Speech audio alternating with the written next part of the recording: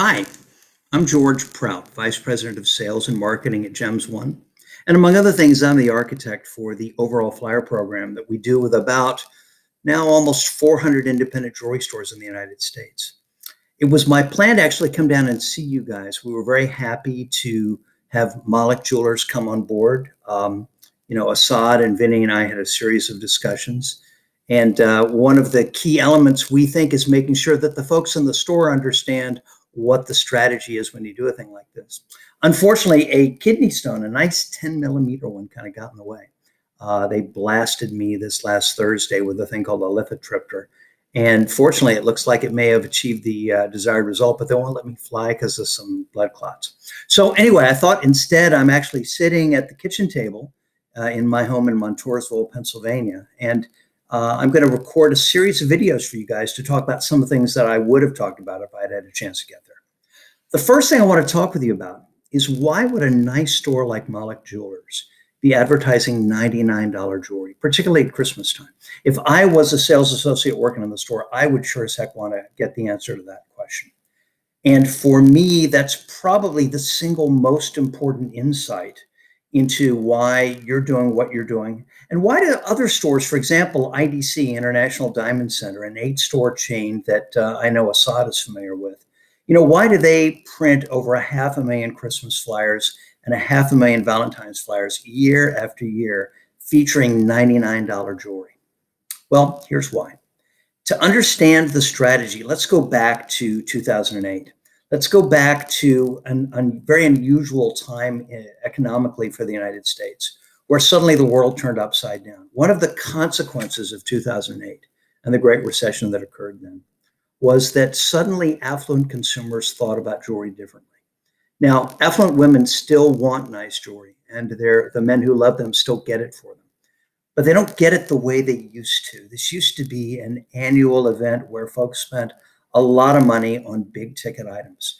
And again, they still do, but not with the same regularity.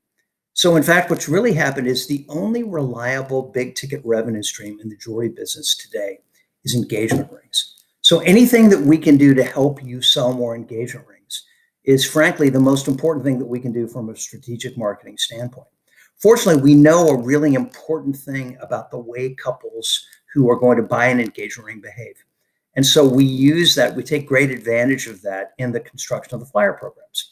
It starts with data from a De Beers focus group study that shows very clearly that over 95% of American women who receive an engagement ring received a gift of fine jewelry during the prior 12 months.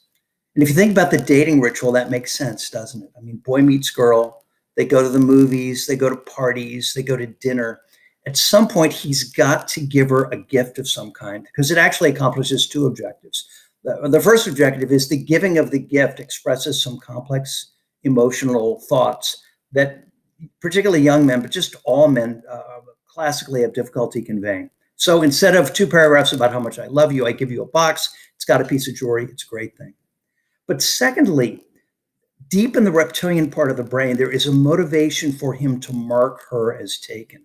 In a very real sense, he's marking her as his territory. He's showing other potential suitors that she's now taken. And in a very real sense, this is the anthropomorphic equivalent of a dog peeing on a tree. He's claiming her as territory.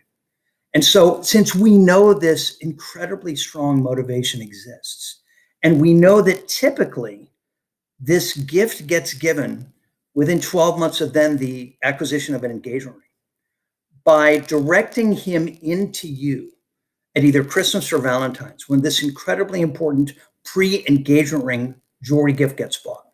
It's a way of you establishing a dialogue with him and ultimately with her. In fact, in one of these videos, we can talk a little bit about how you clientele through him to get to her, because ultimately we know that about 80% of the time, she's the one who drives the engagement ring purchase. Now, I know a little bit about the Charlotte market, and I know you guys are in a very competitive environment. I mean, on the one hand, you've got Diamonds Direct. So when it comes to price, when it comes to the brands, I mean, they've got a strong presence. Their number one store in the United States is right in your backyard. On the other side, on the credit side, you've got Kay's and Helzberg's and Jared, the other mall stores. And then you've got, somewhere around 75 or 80 jewelry stores of one kind or another, all competing with you for this customer. So the purpose of doing this flyer is if we can help get that guy in so that he has a great experience with you and your team, and then Christmas morning or Valentine's evening, when she opens that box, it says Malix. You have now imprinted your name, you've seared it into an emotional part of her brain that makes it far more likely this coming July when she says, honey, it's time to get engaged, for them to at least come in to give you a shot. So remember, the purpose of the flyer, the purpose of selling all this crazy $99 stuff is not because you're going to make money selling $99 stuff. It's because it can fundamentally change the balance of power in your market as far as who's shopping at your store to get engagement rings. So I hope this helps explain the strategy.